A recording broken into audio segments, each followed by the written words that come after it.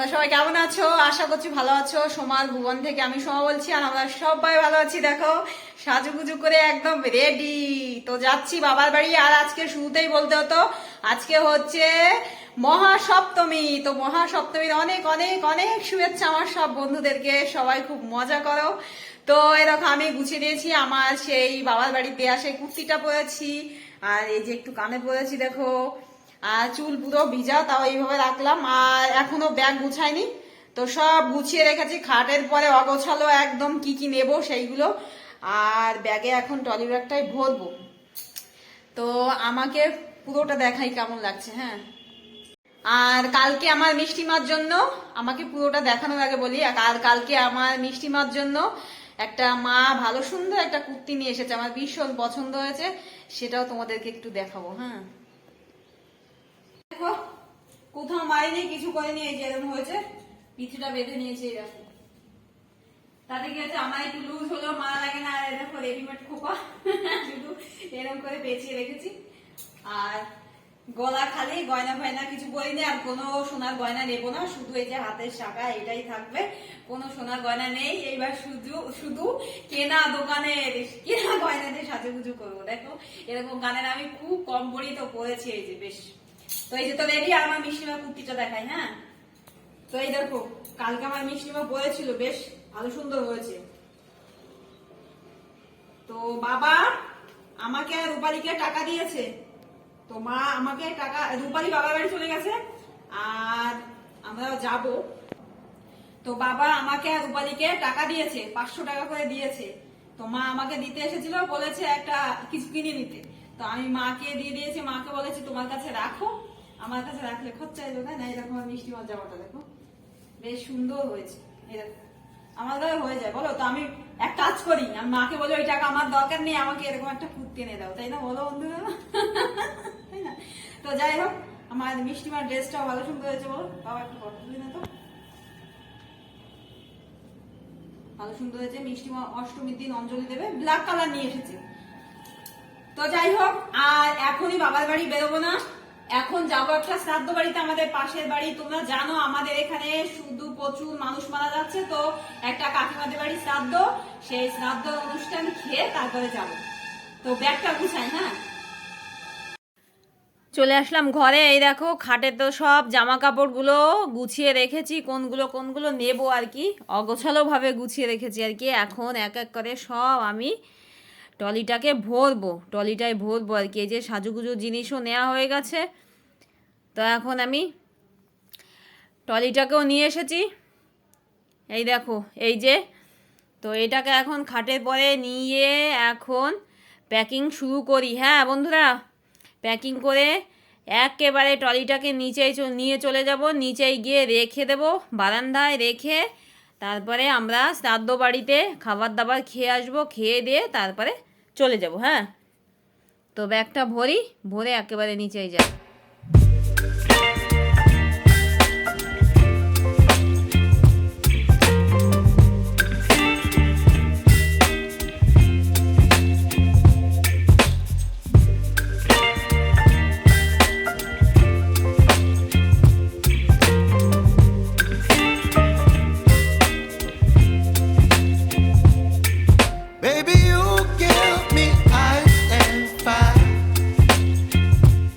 Give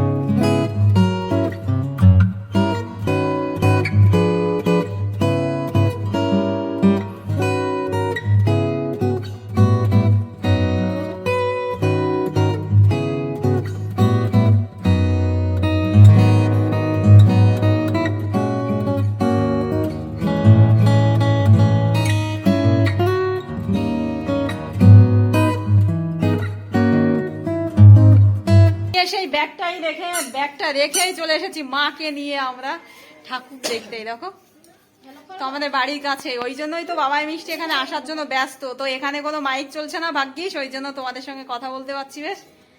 আর এই যে মা এসে তো বসে পড়েছে, দেখো। আর ওই যে বোনের ছেলে ছোটটা ভীষণ চঞ্চল, ওরে বাবা রে বাবা। তো মায়ের মুখ দেখা যাচ্ছে না, দাঁড়াও আমি যাই, কাছে যাই।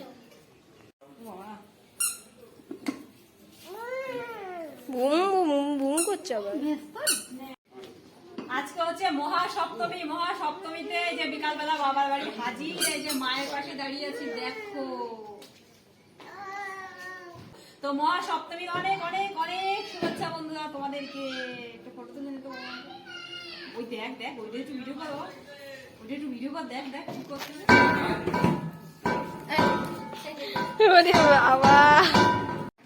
তো চলো বাড়ি যাই, অনেকক্ষণই এখানে থাকলাম। তো চলো, এইবার এখানে প্যান্ডেলটা একটু অন্যরকম করেছে। তো সামনে এই দেখো, এখানে বেশ খোলা এই যে প্যান্ডেল করেছে, মঞ্চ করেছে। তাহলে কি হবে বলো তো, বৃষ্টি হলেও কোনো সমস্যা না, অনুষ্ঠানে বাধা পড়বে না, ওই জন্য এরকম করেছে আর কি। তো চলো, ভীষণ গরম লাগছে বাবা, বাড়ি গিয়ে চেঞ্জ করি। হ্যাঁ এই দেখো, দেখেছো মানে অনুষ্ঠান হলেও কোনো সমস্যা নেই। এই যে মঞ্চটা দেখো, মঞ্চটা কত সুন্দর করেছে দেখো। এই যে আমাদের দিদির ফটো রয়েছে এখানে, তো নাও। এই যে দেখো, বেশ অনেকটা জায়গা হয়েছে।